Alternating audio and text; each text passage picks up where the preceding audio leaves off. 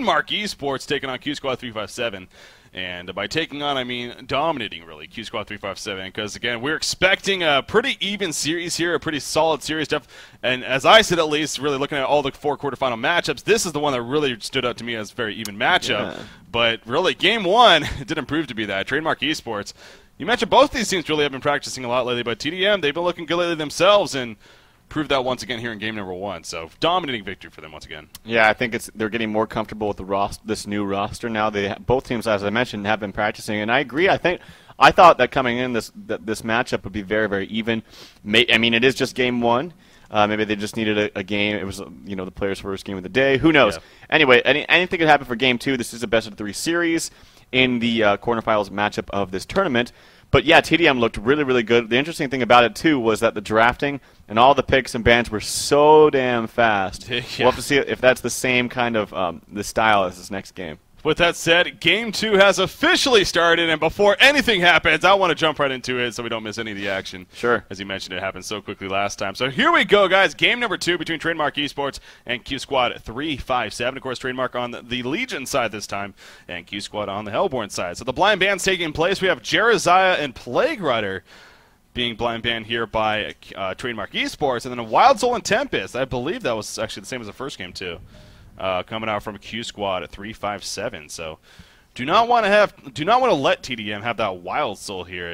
He's kind of seems to be one of those heroes that specific teams he just ban against, and I guess Trademark Esports is one of those teams that I think Imzai actually specifically, he's the one that plays him very, very well over here for them. Ophelia, though, the first lock here for Trelf. Yeah, Wild Soul is a very, very strong suicide laner in particular, and they don't want to deal with him. But yeah, I think Ophelia honestly is more of a problem. And with Minus first locking that pretty much says, I'm going to pick this hero. So bring at me what you can, but I'm going to pick Ophelia. Because Ophelia, right now, I feel like for the top teams, is regarded as one of the best heroes in the game. It just makes it's almost impossible to man up against an Ophelia pseudo-tri-lane. It really is. It's very, very difficult. You have to have very, very long-range heroes with good nukes and good stuns. Something like an Luna Behemoth plus like some other great spammer, like Forsaken Archer would work, Pyro, something like that, with a range and spam. That's pretty much the only way I can think. Oh, and maybe a Glacius there to stop the creep from Ophelia. But it's really hard and practical to get a lane like that against Ophelia. So most teams, you just are forced to dodge it, and that's the hard thing about playing against an Ophelia. But tdM, they will have access to that first pick, so we'll have to see if that's what they want to go for. They did pick it when they were in second position, as QsQ decided to go for that Luna over the Ophelia, but we'll see what they do.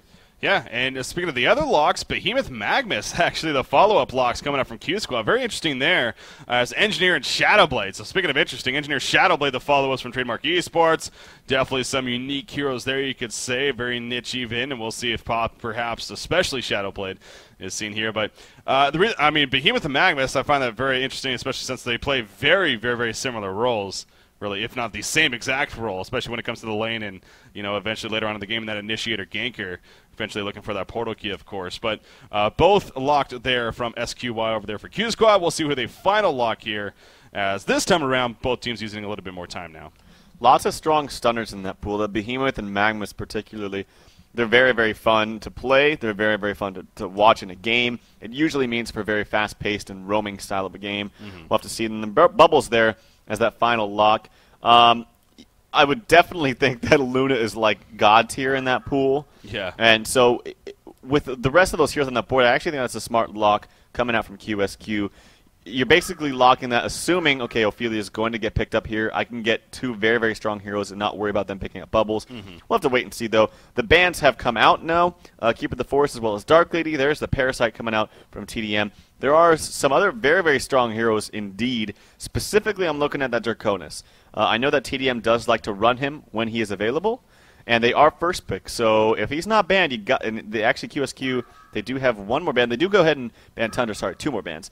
And here's the final ban from QsQ. Are they going to ban that Draconis? It seems like every single time he's picked, he just gets an immense amount of farm. We'll have to see. We'll just have to please ban it. I don't want to watch a Draconis game. I do. Draconis is awesome. He just farms so quickly and presses R and wins the game. No, it's he's obviously very successful here on the competitive scene, and especially when you pair him up with a hero like Empath, as we've seen him a couple times.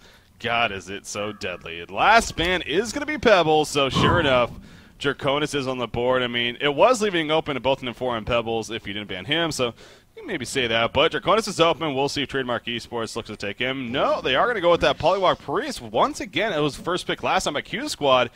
First pick this time for Trademark Esports. So if you're Q Squad, you got, you got Voodoo Jester, Forsaken Archer, apparently. So Voodoo Jester, though, Q Squad they're like the only team that I know right now in the competitive scene that actually is known to run Voodoo Jester a little bit. For whatever reason, SQI specifically, he likes that hero.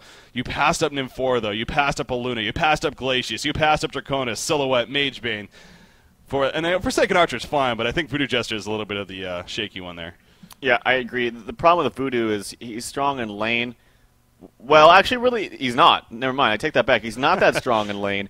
His casks are good, but he has no nuking ability. Yes, the Cursed Ground is strong and all, especially on tanks and heroes like Zephyr or Armadon or what have you, but there's no nuking power right there. There's no burst.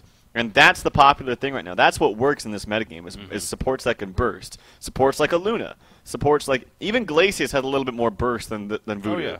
So, yeah, I'm not a fan of Voodoo, especially when you're looking at that Ophelia in that lock pool. You got to assume, okay, they're probably going to take that Ophelia. Glacius is a much better support against Ophelia than Voodoo. Now, Voodoo casks do stun for a considerable amount of time, but it's not nearly as effective as Glacius. And, well, there you go. There's Draconis and then Flux. Kind of interesting pick right there, especially since that Polywog is probably going to go mid. Yeah. So I'm kind of curious to see where Flux is going to fit in this lineup. I know that he can be run sometimes in a suicide lane, and there's Trough. It just happened. What's that? Well, Arachno was picked. Yes. We were talking about this last week, actually. By the way, I'll get to that in just a moment. Ophelia, the first pick of the lock pool. There's Behemoth Bubble. So, yeah, this is going quickly here. I think, as you said, they pretty much knew what was going to happen. And then Engineer is the final pick overall from Trademark Esports. So we finished off very quickly there. But as I was, as I kind of talked about that Arachnid there, you were making the point recently that you played Arachnid even, and see here as actually a very, very powerful pick, kind of underused even, or underrated to an extent, but picked up here from Q Squad alongside a hero like Forsaken Archer. And so, the point that you were making, seeing her more of as even a ganker style of role could possibly work. I think that may be the direction we're headed here with Q Squad's lineup. Arachna is very, very good against other hard carries. The ultimate, that Spider, it slows for a considerable amount, even if they have a Shrunken Head activated. Yes, a Nullstone can block it, which, honestly, almost all dragons will go. So that's a con for Arachna. Also, the Precision Aura is very, very good. It does grant True Strike, and it can go to your allied heroes as well. So that's very strong and pushing up a base, especially when you have another carry on your team. Just to clarify, that means, of course, you can't miss uphill attacks. Right. So that's right. Or if they have evasion items. Or that, too. So that's great. And that works well with the Forsaken Archer. Now, I just kind of constantly look at, Draconis, who's very, very strong. We are going to see, I want to talk about the lanes here. Actually, all 5 members of this Q Squad team are down here to maybe spot something out. It will be a solo Draconis bottom and a tri-lane, a pseudo tri-lane with Ophelia, Flux, and Engineer. So they do have that Flux Engineer combination coming out. And that will be up top, as well as a Polywog solo mid being played by Zai. Actually, it's weird because normally we see Limp play that Polywog. I think Limp is probably one of the better Polywogs in the game. So that's kind of interesting. Well, there's a little bit because Noob G's not playing he's not playing Draconis. He's instead playing Flux, and you got Limp actually on Draconis. So yeah, a little bit of switch up there when it comes to the player roles and what we're used to seeing from Trademark. But hey, obviously to each their own, and I'm sure they wouldn't have done it without feeling comfortable. So that is indeed what it's going to be, though. But Flux is, of course, the Iron Man Flux. I haven't actually seen the skin in. Not a popular hero too much on the competitive scene, but it's not too many chances. So we'll see how Noob G does on him, though. And you mentioned they got that Flux Engineer combination so deadly between that energy field and, of course, Flux's ultimate with the discharge ability. And they're running an aggressive pseudo Trilon up top here, by the way. So yeah, we'll see how that fares against this Forsaken Archer Behemoth, and I'm assuming Voodoo Jester will then head up there once they realize the lane setup, perhaps. Yeah, well, they could, I mean, Arachna versus Poly, Arachna definitely has an edge. Also, one of the things we never talk about, especially with Arachna, is she's actually one of the best solo mids in the game. Very, very strong. Another contender is maybe Succubus, but both of those heroes we actually see very, very little play, especially at Arachna. But yeah, Voodoo Jester already adjusting there to the top lane. Arachna's going to be probably just fine here in this mid lane. It is very strong. There's that nuke coming out from Poly, but it does miss the CS, so unfortunate there for Zai. But we'll come back to that lane as it progresses. But the top lane, I think this is where the action is going to be. Voodoo Jester's already trying to stack some. Oh, no, he just kind of sat around there and didn't stack, so I'm not quite sure. But anyway, he's going to come up here, maybe provide some assistance for both Behemoth and Forsaken Archer, because right now Forsaken Archer has this tornado to deal with. Coming out from Minuts is this Vulture Lord, and it's doing so much damage. There's the stun from Voodoo to cancel that. As Forsaken's Archer's like, just cancel it somehow, one of you. I cannot CS with this thing on me, so. Yeah, that's obviously pretty annoying. It's a good tactic there from Ophelia. If you got that Vulture Lord, might as well make some use out of it and use that Tornado to harass Forsaken Archer. But Voodoo Jester, again, as expected, being played by SQY here, has adjusted the top lane. Now, this seems like it could have a bit of potential here to be a killer trial lane with the Voodoo Jester, Forsaken Archer, and Behemoth. Is that safe to say? Yeah, definitely. Sorry, this bottom lane is kind of funny. There's just a lot of do-si-doing going around here. Oh, well, yeah, Draconis versus Bubbles. Draconis versus Bubbles. I think Draconis should have, yeah, okay. Draconis definitely has the edge down here, by the way. I just want to mention that. But yeah, there's a lot of kill potential right here. Behemoth in the short lane for Hellborn makes it very, very easy to get some maybe potential blocks off. But they should know. I don't know if they saw, but Ophelia's down here, or is actually here in the mid lane. Oh no, Arachno actually walks back into the stun. That is a dead Arachno for sure. The Bloodlust kill coming out from Minuts. So really, really good roam there again from this Ophelia. Yeah, it almost seems like that might have been a misclick there from Arachno on the mini-map or whatever. They're just on that ledge where it kind of stutters your hero a little bit. You'll know what I'm talking about when you're trying to run away around those ledge areas. Maybe hero wants to go one way, you want to go the other way, and, well, it was just unfortunate. Even so, I mean, obviously he had zero vision. It was just a good setup from Ophelia in the beginning, coming in with a Minotaur with a flank from this usual spot as we see when they're ganking the middle lane, and Arachno was just pushed up a little bit too far. So just good timing overall, and a very deserving Bloodlust kill there coming out for Trademark Esports and, of course, the Legion team. And now Minuts and Ophelia all the way back to the top lane with another Minotaur here.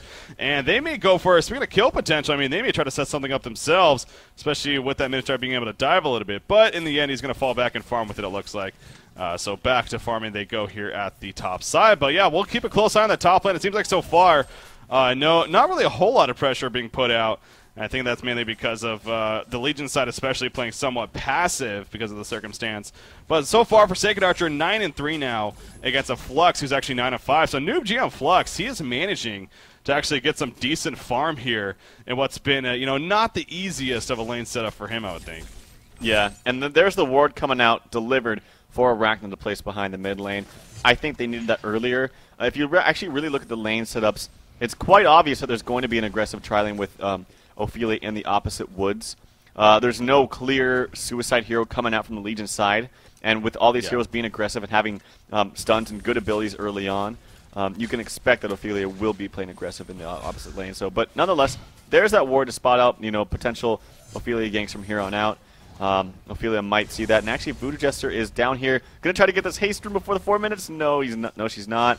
Picks up the haste rune. Gonna maybe get a kill here onto this Draconis. This could be huge. Draconis probably has no idea there are no wards or any vision. Can Bubbles get back down here? He's gonna have to maybe play this a little passively until Bubbles is ready with maybe a nuke or something like that. Yeah. But yeah, here we go. He tried to use a Dragon Flame, missed though, and now Draconis in a little bit of trouble. Limp realizing he might have overstepped his boundaries a little bit. No Acid Cocktail coming out just yet. They're going to be patient. Shell Surfer will hit. Where's the Acid Cocktail? Where's the Crystal Ground? Not even necessary. Jonathan Fan will get credit for the kill right there. So as you said, that haste rune pick up by SQY playing the Voodoo Jester.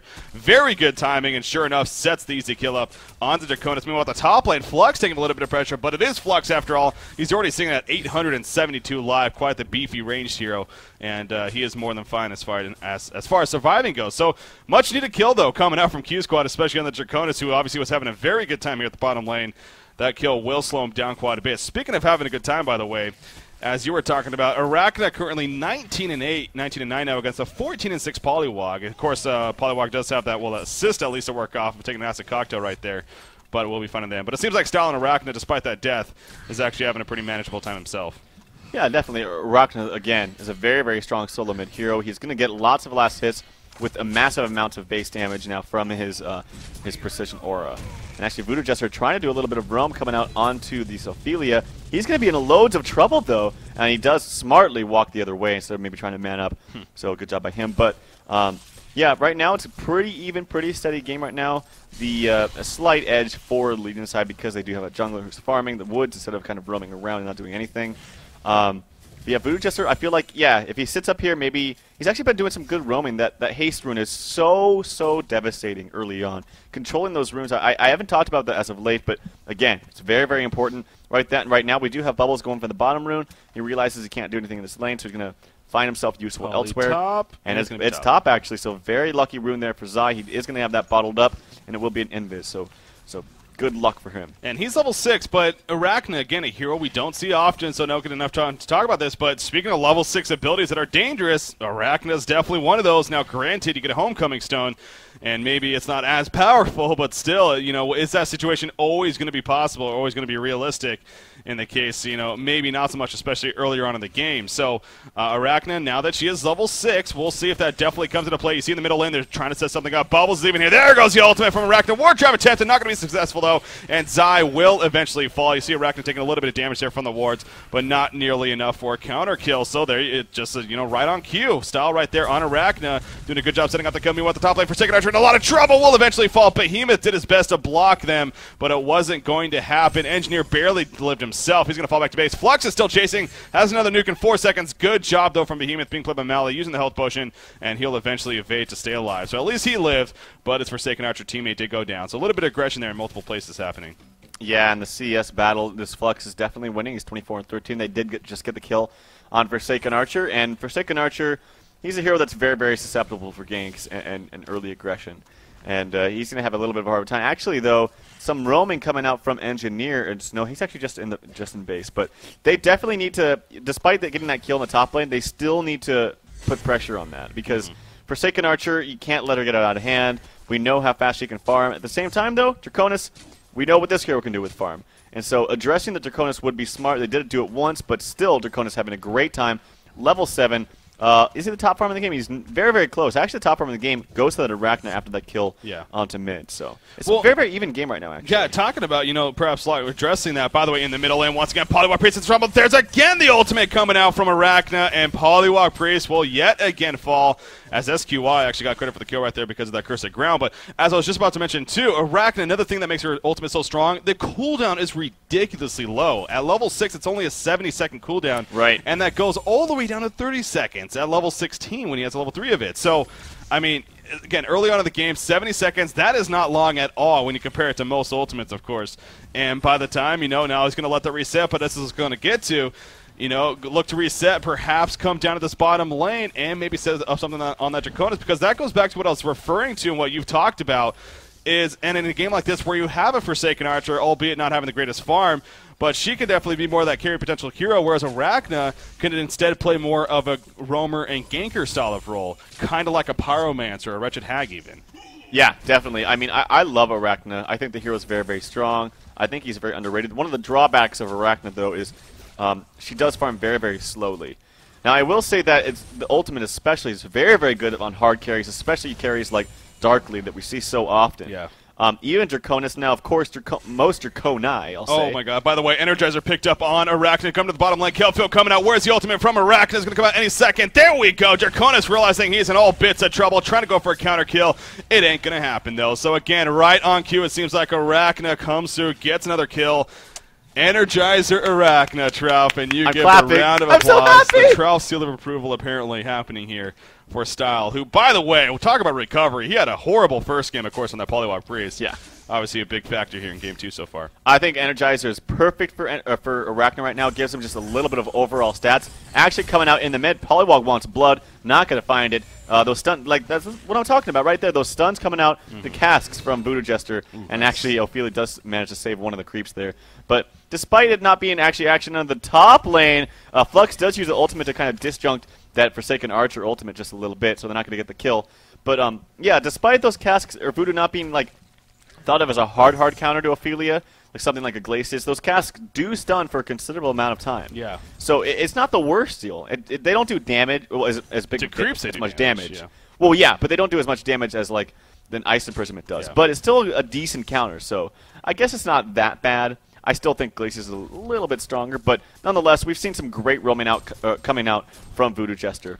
Yeah, definitely a point I wanted to bring up earlier as well. But, you know, even more to it, though, where you could say it's even more powerful, is that it actually has a chance to affect multiple of the creeps rather than just the one from coming out from a Glacier. Right. So, and it's 5-second stun on top of, you know, 75, 100, 125, and then 150 magic damage. So on those creeps, that is. Of course, on a hero, it's only the 1.5-second stun. Meanwhile, the bottom lane, big dive for Draconis, but at what cost? Right there, he gets taken out. Bubbles and Arachne are there, and down he goes. You see Engineer and Affiliate doing a little bit of push, but I didn't really catch the beginning of that. But I assume Draconis maybe just didn't even see them, or oh no, he did. He just dove big time. That was just really silly.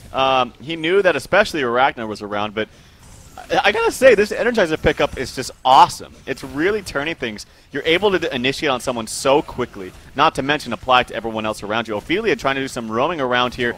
Does get the Skeleton King stun off onto Arachne, the stun or the Hex to follow. There's the ports coming in. It's Behemoth. Maybe he can get a stun, maybe not. There's the Energizer. Look at that. It's really coming into play. Creates so much movement speed there. There's the heal coming out for Ophelia. I don't think it's going to be enough. The creeps are still on to Behemoth. There's the Keg stun. It does connect. Can a couple more auto attacks. There's the turret. It does miss. He's going to suicide himself to Conqueror. No, Zai does get the last hit. But Energizer coming into play once again. It is, and obviously proved to be a very effective early pickup here for Arachne. It's such a rare item now. Again, it did receive buffs lately, and we have actually seen it a couple of times since those buffs happened. So clearly the competitive scene as a whole, you know, has appreciated the item a little bit more.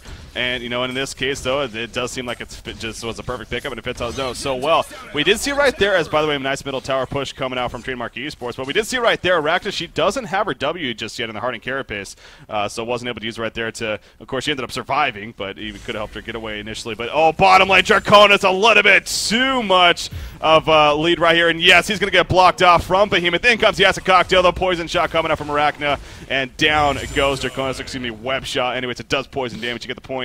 So they take out Draconis, another kill on him. Limp is now 0-4-0.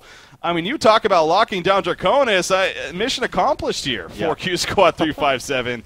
0-4-0 here. He's still farming 236 gold per minute, but for a Draconis, 12.5, 13 minutes in, that ain't nothing. So very good start here for QsQ, it seems like. This is a very fast-paced game so far. Yeah. And in the meantime, Forsaken Archers is going to happily farm this all by herself. Now, there is some roam coming out from Polywog. Can they maybe get a port here? They're going to have to get a port right now, but does Poly have wards up? Let me double-check on that. No, 1 second on the cooldown. Is going to find the Hex. Is going to find the Ward Trap. The Ward Trap actually misses, and that's going to be unfortunate. I think you can just keep running. Forsaken Archer is going to get away. So a failed Ward Trap attempt. That's what I'm talking about. I don't mean to criticize right now, but I do know that Limp is a fantastic Polywog player, and you gotta wonder if that would have missed. Like, yeah, and you were mentioning Noob G seems to be the one that played that hard carry, and actually action in the middle lane is Ophelia's going to go down, and Jonas and Fan right there. Some assistance trying to come out from Voodoo Jester, but just doesn't really matter. Bottom lane again. Arachne by herself this time. She needs to be a little bit careful. Ports are coming in. One more auto attack, maybe one more. Yes, gets it. He avoids the Keg's done, and Arachne will live. Style doing things in style right here. Looking good for QsQ357, and another kill. It is a legitimate thing to bring up, though. It really is. I mean, think player so roles. It's something that we talk about all the time, and we give them praise for all the time on player/hero roles. You know, but you also got to critique them in some cases, and that definitely is a legitimate point to bring up here. Imzai, speaking of him, however, he does come to the middle lane and protect a middle push from happening, as well as he gets a counter kill. And this tower is in deny range now, and as long as he doesn't mess up big time, should be denied. Yes, he will be able to deny it. So good job right there from Zai coming. Oh, wow. Bubbles actually portaled in, but at what cost? Right, he's in a little bit of trouble. Could use the Song of the Sea. I think he should be fine, though. In fact, could turn this around even. Polywog Priest going to use Tongue Tie, though. Support is coming, and Jonas and Fan will very likely end up falling, take cover. Oh, it gets the counter kill at the last second. Jonas and Fan says, if I'm going down, I'm pulling you down with me, bitch. Gets the kill. Behemoth now actually getting caught up by Flux. Going to throw out the Fissure Stun. Is it going to be enough for getaway? I don't believe it is. There's the pull in for Flux. The Stomp happens, but the W, which is the Magnetic Surge on top of that, and down he goes. So great. Talk about an action game, man. 10-6 hero kills in favor of QsQ, and we're just now hitting the 15-minute mark here, Trev. Yeah, that was really crazy. And that kill definitely was worth it. Bubbles taking out Polywog and getting it before Polywog got it. Now, granted, you know, the tower was getting denied. That was getting denied regardless. Yeah. So good job by Jonas and Fan right there. He's actually quite farmed considering he was in the suicide. He's 4-1-3. There's the Energizer onto Arachne, and there's they're pursuing right now. Geez. The Kelp Field actually was there. Polywog's there to respond though, and Arachne's going to try to get away. And actually Polywog taking a lot of damage, but nope, nothing's going to happen with that. Yeah. And actually, Noobg does come and use the Q, but it was on absolutely nothing. Kind of interesting. But look at Arachna's farm. Has the Steam Boots, has the Energizer, almost has a completed Shrunken Head. My God, this is a hero I just talked about who doesn't farm well. Well, he's proven me wrong. I assume you like the Shrunken Head choice here? Absolutely. Anytime you're against, I mean, look at all those stuns. You're up against Draconis doing so much magic damage. And anytime you're against an Engineer, it should scream Shrunken Head, Shrunken Head. So, especially with the Flux on top of that. I mean, yep. So yeah, Arachna, she's going to have that Shrunken Head shortly. Now, we do see Affiliate down here, and this is what I'm talking about with those minions, the cocktail just bouncing around, and the minions will be stunned for quite a while. It's taking a little bit of damage. Going to be fine in the end, though. Engineer running into bubbles, and actually Jonathan Fan will get a kill onto him as a result. So now an 11-6 Yoko advantage in favor of the Hellborn team. And Forsaken Archer, man, being played by Nox here for Q Squad. Talk about just being quiet this game. She had a horrendous start. I mean, her GPM was maybe 150. It was looking pretty poor early on. But look at it now, 285 gold per minute. That is the second highest in the game overall. Of course, behind her teammate, well behind her teammate in Arachna, that is. But still, very good news, the fact that she's recovered, and recovered very nicely. She now has her Whispering Helm. A little bit of pressure at the top lane. Going to need to fall back, though, as both Polywog Priest and Ophelia come charging in. But bottom lane, look at it again. Dive on a Draconis. Flux even using the push ultimate right there. And now a little bit too much of a dive. Jonathan Fan, can he port on time? No, he cannot. He's pretty much accepted death. Or has the invisibility used. The Blazing Flight. Oh, the Engineer ultimate gets the kill. Jonathan Fan trying to sneak out of there with the invisibility room, but wasn't going to happen. It's a good counter kill coming out at least from Trademark Esports. But Arachna stays alive, as does Behemoth, who's still level 5, by the way, but he's actually done a pretty solid job from what I've seen, at least with Fissure Stuns. O'Malley is definitely struggling both in farm and levels here.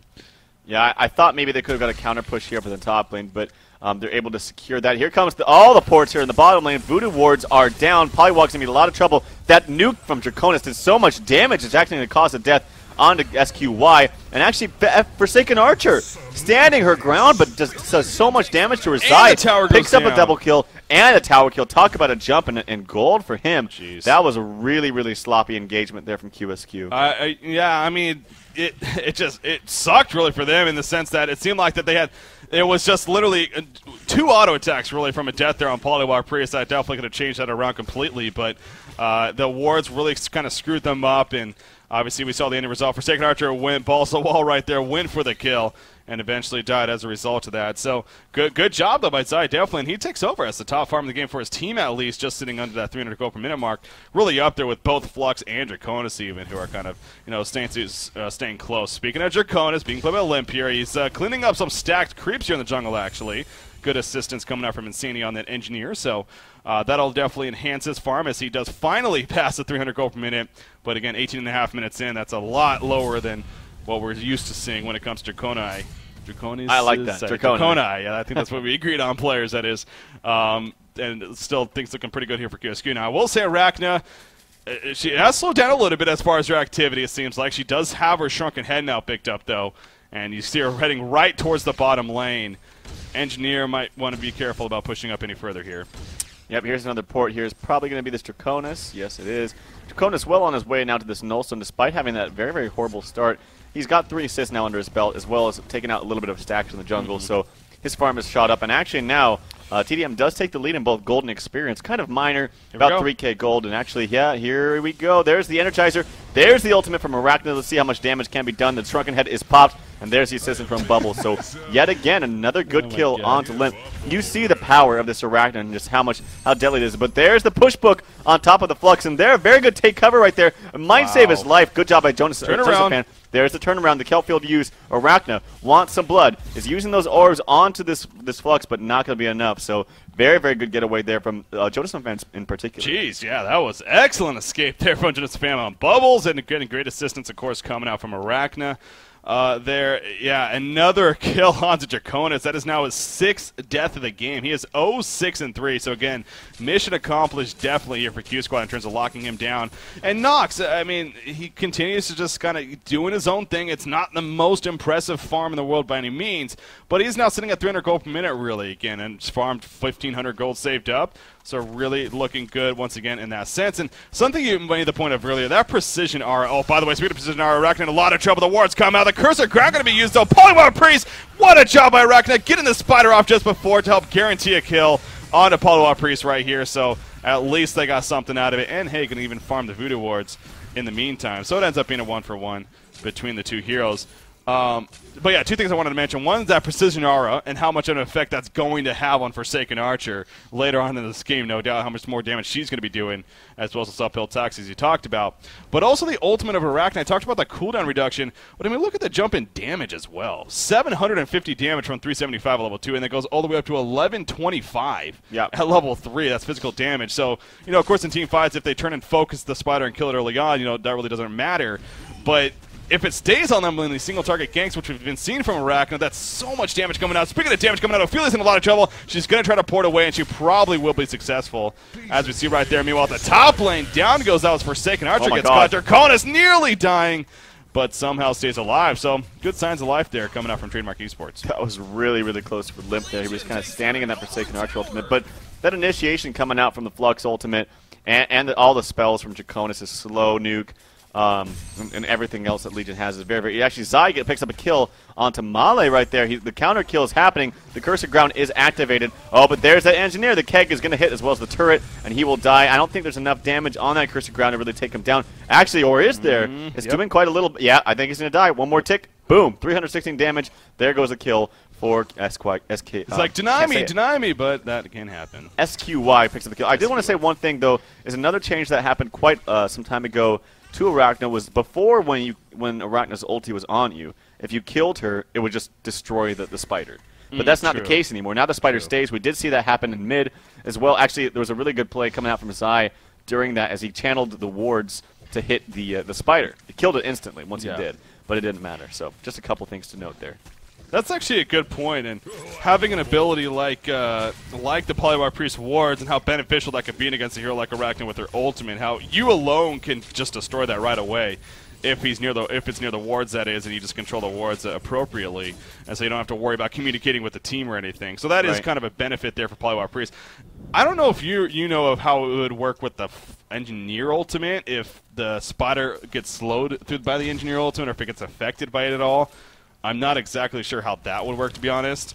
And I don't think it does. I want to say it doesn't, but again, that's not a mechanic I'm too familiar with, so I'm not going to really say either way. Yeah, but I'm not sure. Just an interesting thing to think about, and maybe we'll get a chance to glimpse at that. And speaking of that, I mean, we have seen the Engineer ultimate. There's only once, I believe, at this bottom lane where they killed Bubbles in the jungle. But we've still yet to see, I believe, the Flux Engineer combination. To talk about. So you really do, for this combination to actually work, you really have to get a portal key onto Engineer. It has to be on the Engineer. He has to be the one. What happens is it doesn't really matter where that ulti is thrown. It just has to be out there first, and then Flux follows up after that. It's better to have the initiation start with Engineer with that combination, for that combination to work. But nonetheless, actually Engineer is getting quite close to that.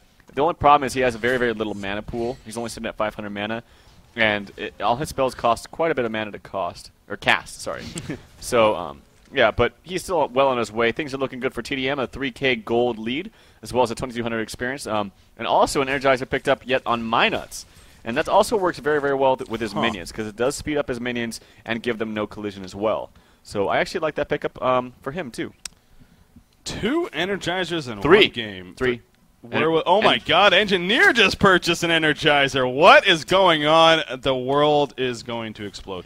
This is crazy. I mean, a month ago, Energizer was just completely unheard of. It just goes to show you, just with a patch change, how much of an impact you can ultimately have. Sure, and like I said, even right away, we were starting to see it picked up, and now we got a game where we see 3 Energizers a couple weeks later. Oh, Ophelia's in a lot of trouble here at the bottom lane. Can she react to time? The Acid Cocktail will not bounce to her. Bubbles will not port with it. And instead, they'll just be happy cleaning up the minions. But a lot of ports coming in here from the Hellborn side. But is it going to matter in the end? It doesn't look like it might.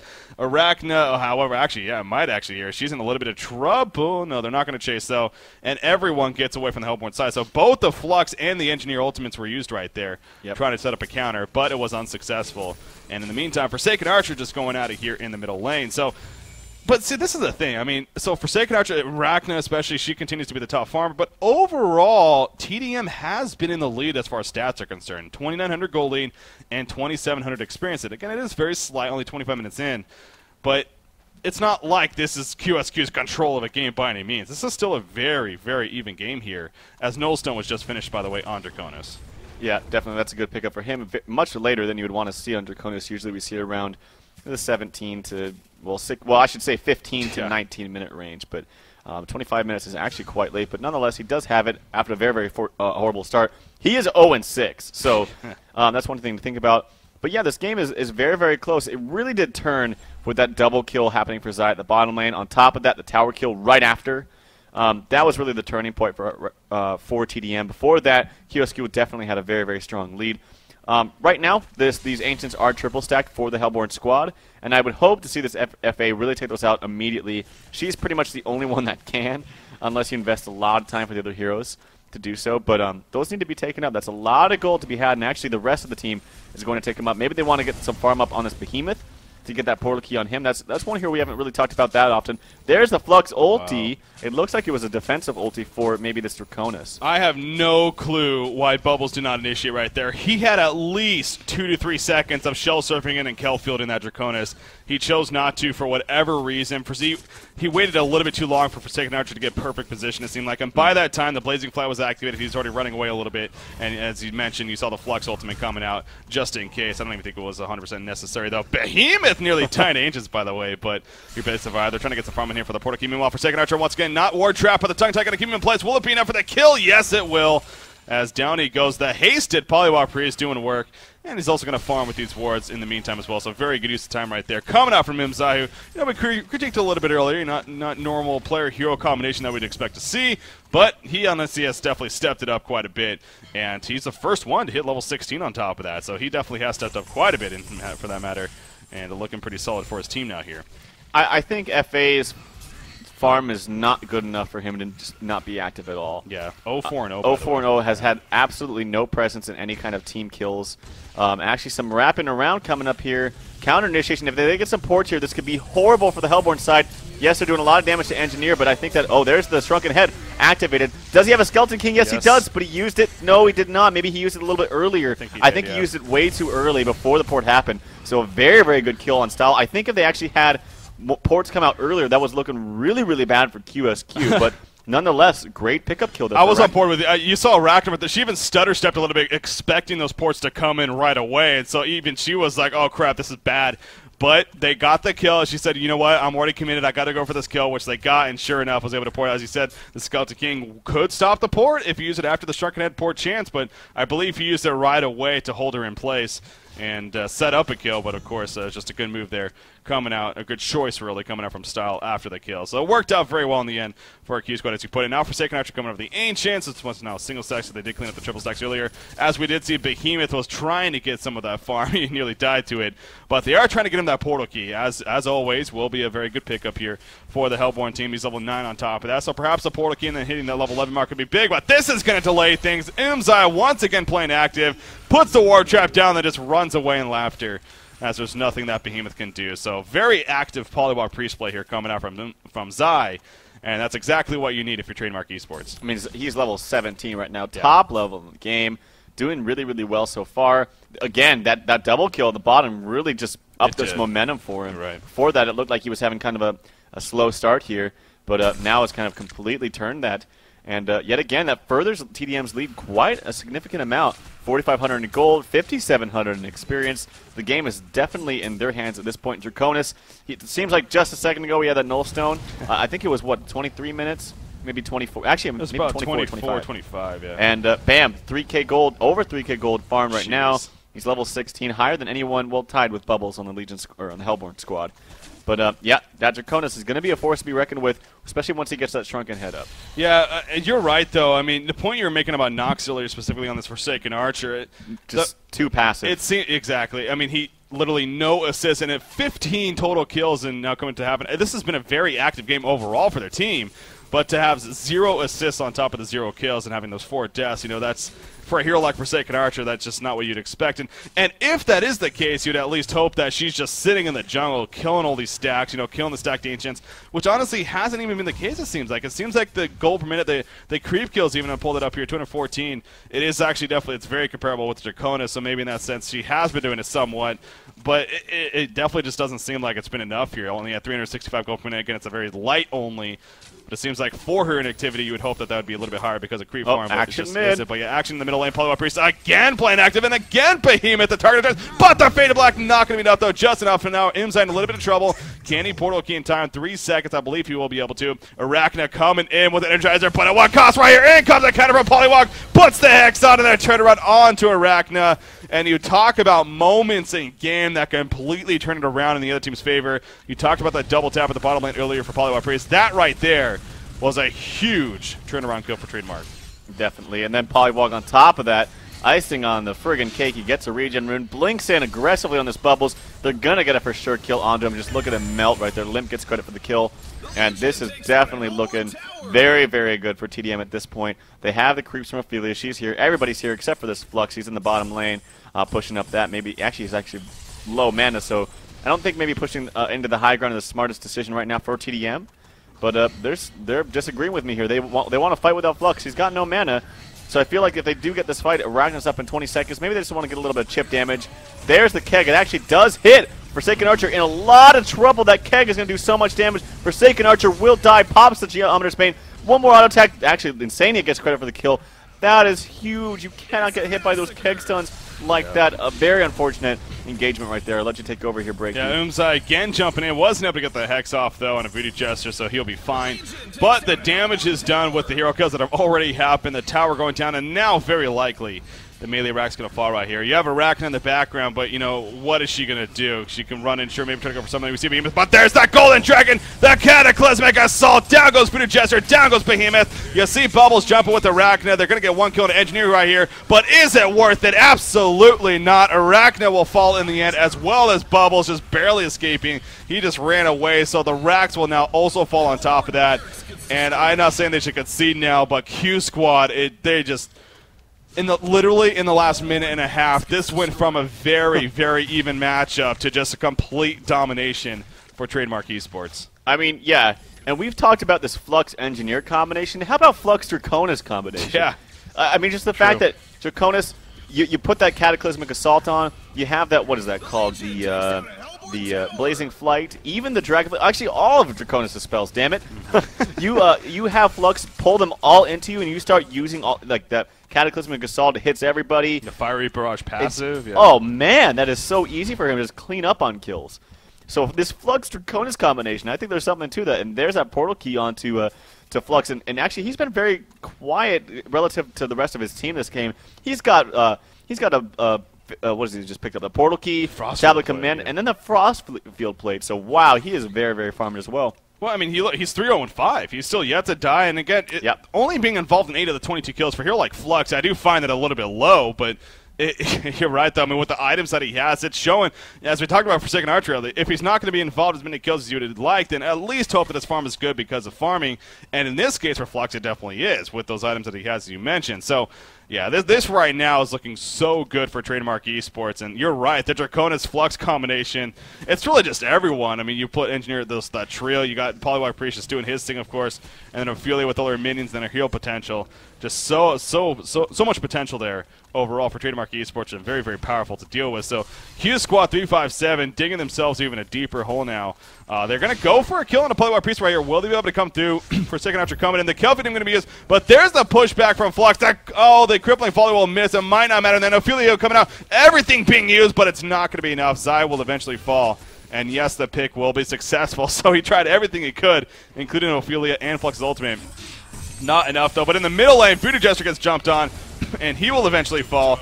He gets Curse of Ground off, but with zero damage coming out, that ain't going to do too much to Flux. So good pick off from the Legion team in the meantime. Yeah, definitely. There's the Storm Spirit pickup, as we saw on the Polywog. It's going to be a very strong pickup as well.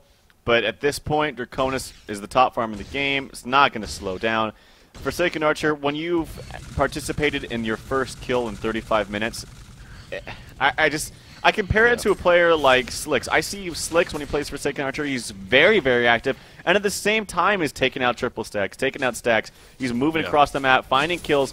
That ultimate is still so strong. You shouldn't be farming with it. You should maybe be getting kills with it. Yes, you can take out Ancients with it. That's fine. But, yeah, I would just think we should have seen a much more active Forsaken Archer in this game.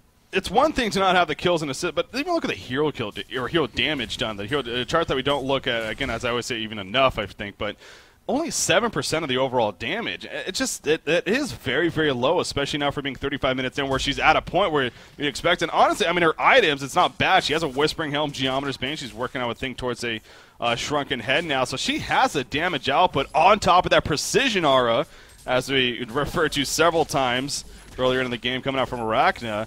You know, 7% damage just is it's not gonna happen. So.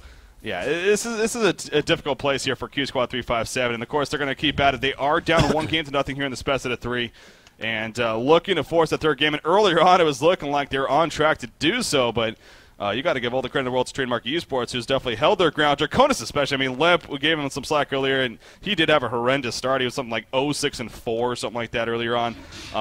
Because of the kills that kept happening, but he finally started to recover with this farm, which was never horrible in the first place. It's just, you know, being Draconis, you'd expect to be 1,000 gold per minute, but he is now at 486 gold per minute and by far the top farm in the game. So it's definitely tdM's game to lose at this point. I think it's safe to say now, 36 minutes in, and it's just a matter of time before they feel comfortable enough to make a push. Now Savage Mace is being worked on by Draconis, which is being delivered. Okay, yeah, he's got that now. I would assume, you know, grouping up here and making a final push attempt is very likely from Trademark. Staff of the Master level 16 on Ophelia. That is devastating. 400 HP heal coming out every 30 seconds.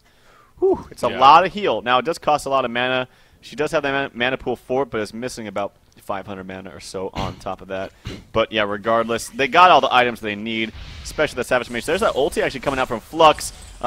Double push book coming out from this Legion side. Kind of some interesting plays so far. But, yeah, they got all the items they need.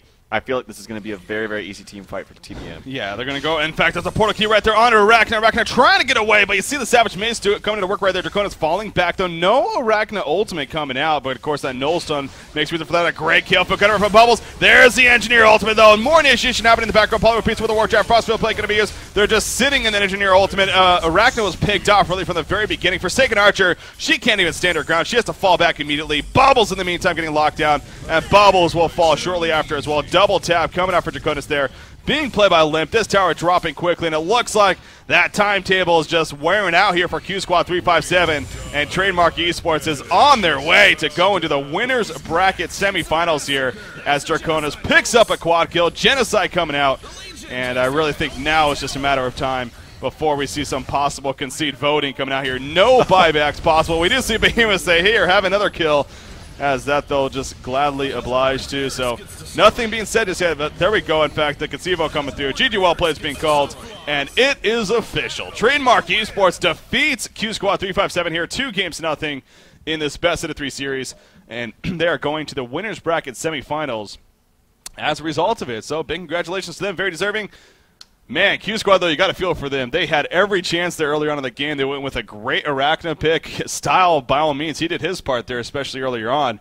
Yeah. But just not enough firepower, and I think it does start with Nox there on Forsaken Archer. Not to call him out by any means, but, you know, facts are facts, really, I think it's safe to say. And he just didn't really do enough for his team, it just seemed like there. I really think it's an understatement. He just really had no presence at all until literally the 35-minute mark is when he was involved in one of the kills out of 16, I think, for his team. And that's a hero that, yeah, you can farm a lot, you can farm very quickly, you can be considered a very hard carry for your team, but I think he has spells that can be used very, very well in team fights early on like that. So that's unfortunate, but you know, overall, well played from tdM. They played very, very solidly. I saw very little mistakes coming out from them. So they move on. They will play the winners of Dendy's Jungle Devos, I said it correctly, versus TT Esports. So yeah, if you look at the bracket right there, of course, Complexity Orange, they will be playing on later this week, and Trademark Esports, they move on, and they will face Jungle Devos versus TT Esports, winner of that. And Q Squad moves down to the bottom side, the losers bracket, and they will face the loser of Jungle Devos and TT Esports. There you go. You explained that pretty well. And again, the visual on your screen, hopefully that gives you some good information there. You can also go to DreamHoN.com, guys, and there is, right there on the front page, there is all that information for you as far as how the brackets look and as far as, you know, what times we're looking at when the next matches that are coming up are going to be casted. A big stress on that. Once again, every single match here for the quarterfinal stage and on is going to be covered here on HoNcast. At least that is the plan because of how the schedule is really played out. So there's only going to be one match a day. There is going to be 2 matches a day sometimes on the weekend, but that'll just mean a double header where just one after the other. So a good thing for you guys tuning in. Tell your friends, tell your family even to tune into HoNcast.com it's a fun family activity. I can guarantee that. So we're having some fun here. And we're going to have a lot more fun as this tournament advances on, of course. But that's currently where we stand. So again, DreamHoN.com. You can check it out there, guys. So as you said, though, our next matchup, which is set to take place tomorrow, that is indeed going to be Dendy's Jungle Devos taking on TT Esports. Of course, TT Esports, they come out of Group D, I believe, with finishing 3-0 there. And Dendy's Jungle Devos, they come out of Group C, finishing second place with, I believe it was a 2-1 record. So that should be an interesting matchup. I must say, personally, I think TT Esports is the favorite going into that. But hey, this Denny's Jungle Devos team, they finished 2-1 there in that group, including they actually defeated, just to double check, they defeated Panty Listed team, who was actually looking pretty strong going into that group stage there. And so a team that we're going to get some information on what they're really about here tomorrow. I think the thing that is coolest about what's going on right now with all these teams is a lot of scrimming going on. Yeah. A lot of practicing. Particularly, I've seen tdM scrim a lot. I've seen TT Esports scrim a ton. And so that's great for them. TT Esports has been looking really good as of the last week with all these scrimming that they've been doing. Moravis on their team has been molding very, very nicely with the team. So yeah, I definitely give the edge to TT Esports right there. But who knows? We'll have to wait and see. Like you said, they did take games off of Panty Listed. Yeah. And that was a decent team as well. So yeah, we'll have that to look forward to. And when will that game be played, Reiki? That game is tomorrow. So, of course, that is Wednesday at 12 p.m. Pacific, 3 p.m. Eastern, 2100 Central European Time. So the same time that we started today, and for most of the matches, that's when they're expected to happen throughout this quarterfinal, or this tournament stage, really, whatever you want to call it. So that is happening then.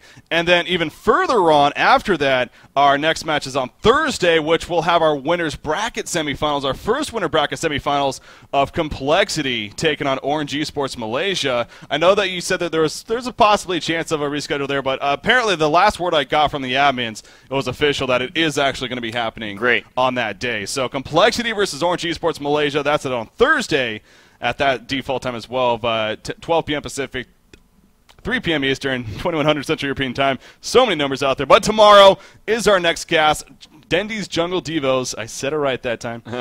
Taking on TT Esports. That, again, 12 p.m. Pacific, 3 p.m. Eastern, 2100 Central European Time. Coming at you tomorrow. And that'll be a lot of fun. So every single match, though, we're covering from here on out. The winner's bracket, the loser's bracket, eventually to the grand finals, which, to stress again, it is going to be a best-out-of-5 grand finals with no penalty. Yep. That means you come for the loser's bracket, it don't matter. It's going to be 0-0 going to game number 1, and that's going to make it that much more intriguing, Trelf, going into the grand final. So we got a hell of a tournament stage in front of us, Trelf. Cannot wait to continue with it tomorrow. Yep, and I got to give one shout-out to a different guy. So I'm shouting you out. Here it is. I had to do that. So. Oh, that's his name. A different guy. I was like waiting for the name, like a different guy. Yeah, I got to give a shout-out to a different guy. A different guy. So there you go. Getting some good shout-out space there. Shout out to Bryce. I want to give a shout-out to him for definitely stepping on. Me too. Again, I did hear. I listened to a little bit of it as well, and it seems like he fit him. He is a great co-cast. I've had the chance to cast with him before. He loves talking about HoN, and obviously a very, very smart player himself. So thank you, Bryce, for helping us here on HoNcast.com on Sunday, I believe it was. So, well, that basically wraps it up for today, though, guys. Not too much else to say, but tune in tomorrow. Again, tell your friends. Well, yeah, there's one more note, of course, as we're starting to get a little bit more active here. Hell, even a lot more active. You can follow us on Twitter. You can follow Trelf at TrelfHoN. And Breaky's at BreakyCPK. Down there. Nope, down there. God, yeah. So it's tough being, on the camera here, which way is which. Big shout out to Killer Orange with that said, our producer, for making these fancy graphics that you guys are witnessing. Always having fun with that. And yeah, also follow HoNcast at HoNcast on Twitter, and then even the Facebook page for a lot of updates that are happening there. So thanks again for tuning in, guys, here. What was another great match today. We'll see you tomorrow. We have Dendy's Jungle Devos taking on TT Esports. 12 p.m. Pacific, 3 p.m. Eastern, 2100 Central European Time. See you tomorrow, guys. Have a good night.